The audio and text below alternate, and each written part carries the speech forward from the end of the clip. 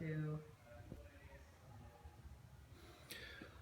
Well, I was asked, what's my favorite book, and how I define a favorite book is one that I can come back to again and again, and in doing so, it unveils a newer meaning or something I haven't really thought about before when I read it that second or third time. And so, that book for me is called The Power of Myth, and all it is basically is Bill Moyers and Joseph Campbell are having this conversation, but Joseph Campbell, the way in which he interprets symbols and so many things that we are part of our everyday lives.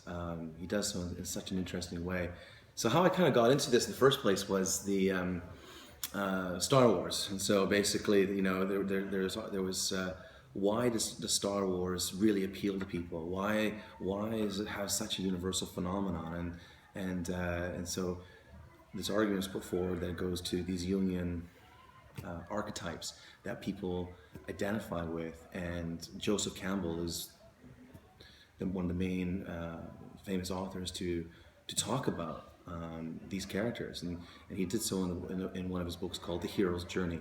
And in fact, George Lucas was very much influenced by The Hero's Journey.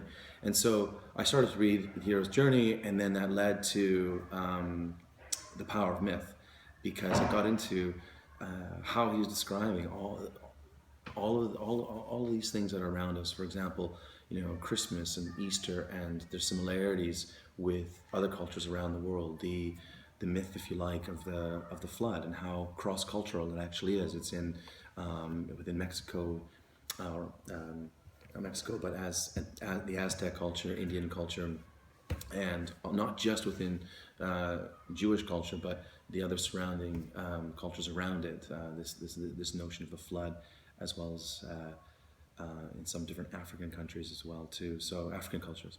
So it's this type of universal meaning of a lot of what happens to us is what's really attracted me to this book, and hopefully you gain some enjoyment as well.